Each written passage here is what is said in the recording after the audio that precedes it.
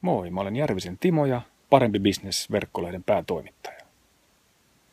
Lienee selvä asia, että tässä maailmassa moni asia on kaikkea muuta kuin täydellisellä tolalla. Ja Suomessakin moni asia on rempallaan. Mutta onko asiat kuitenkaan niin huonosti? Jostakin syystä kuitenkin meille nyt toitotetaan joka tuutista, miten huonosti meillä menee.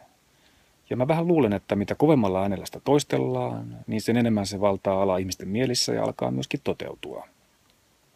Mun mielestä me tarvittaisiin vähän herättelyä, mutta mitä se sitten tarkoittaisi? Pitäisikö meidän työntää pää pensaaseen ja uskotella itsellemme, että kaikki on hyvin?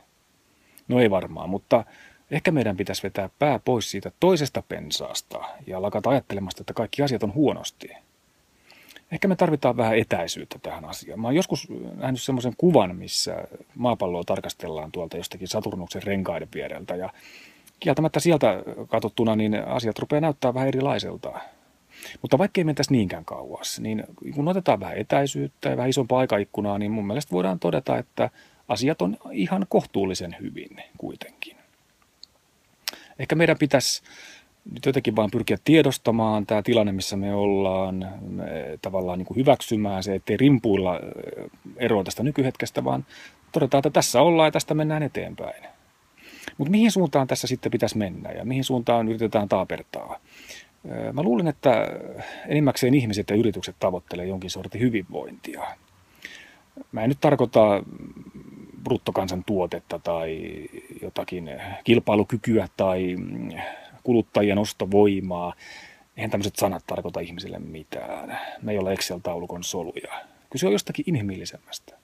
Mutta se haaste on siinä, että se tarkoittaa eri ihmisille ja yrityksille eri asiaa.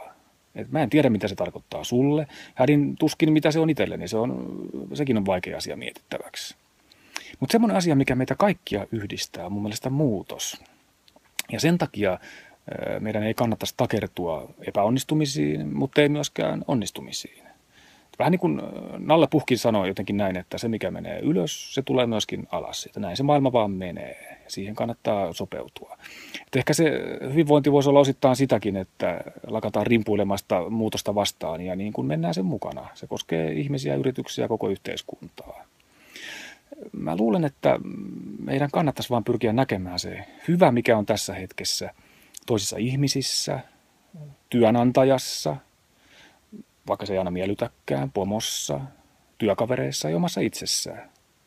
Ja mietitään yhdessä, mitä se hyvinvointi tarkoittaa ja lähdetään sitä rohkeasti rakentamaan.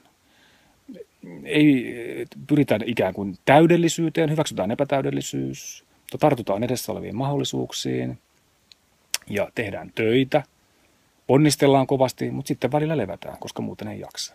Ja se on mun mielestä parempaa bisnestä.